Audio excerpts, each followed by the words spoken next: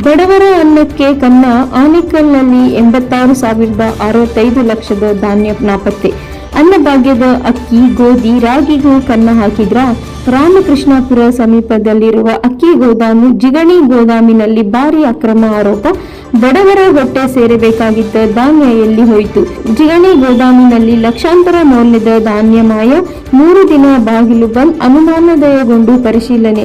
ಬಯಲಾಯಿತು 86,065 ಲಕ್ಷದ ಧಾನ್ಯ ಅಕ್ರಮ. ಬಡವರ ಬದುಕಿಗೆ ಆಸರೆಯಾಗಬೇಕಿದ್ದ ಅಕ್ಕಿಯನ್ನೇ ಅಕ್ರಮವಾಗಿ ಮಾರಾಟ ಮಾಡಿದ ಆರೋಪ. ಗೋದಾಮಿನ ಬಾಗಿಲು ಮುಚ್ಚಿತು. ಒಳಗೋದಾಗ ಹೊರಬಂದು ಭಾರೀ ಹಗರಣದ ಕತೆ. ಅನ್ನದಾಸ್ತನಿಗೆ ಅವ್ಯವಹಾರ ಆರೋಪ.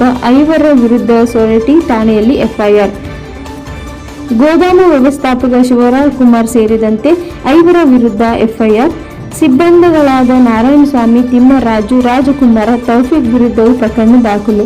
ಸರ್ಕಾರದ ಧಾನ್ಯ ಯಾರ ಪಾಲಾಯಿತು? ಬಡವರ ಪಾಲಿನ ಅಕ್ಕಿ, ಗೋಧಿ, ರಾಗಿಗೆ ಕನ್ನ.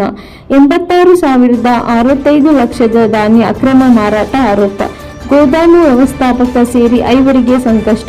ಬಡವರ ತಟ್ಟೆಗೆ ಸೇರಬೇಕಿದ್ದ ಅನ್ನಕ್ಕೆ ಕನ್ನ ಹಾಕಿದ ಆರೋಪಿ. ಜಿಗಣಿ ಗೋದಾಮಿನಲ್ಲಿ ಭಾರೀ ಗೋಲಮಾಲ್. ಅನ್ನದ ಕಾಳಿನಲ್ಲೂ ಅಕ್ರಮದ ವಾಸನೆ. ಜಿಗಣಿ ಗೋದಾಮಿನ ಧಾನ್ಯ ದಾಸ್ತಾನಿಗಳ ಮೇಲೆ ಗಂಭೀರ ಆರೋಪ. ಬಡವರ ಹಕ್ಕಿನ ಆಹಾರ ಧಾನ್ಯ ಎಲ್ಲಿಗೆ ಹೋಯಿತು? 86,065 ಲಕ್ಷದ ಅಕ್ರಮ ಮಾರಾಟ ಆರೋಪಕ್ಕೆ ತನಿಖೆ. ಸೂರ್ಯನಗರ ಪೊಲೀಸ್ ಠಾಣೆಯಲ್ಲಿ ಪ್ರಕರಣ ದಾಖಲು.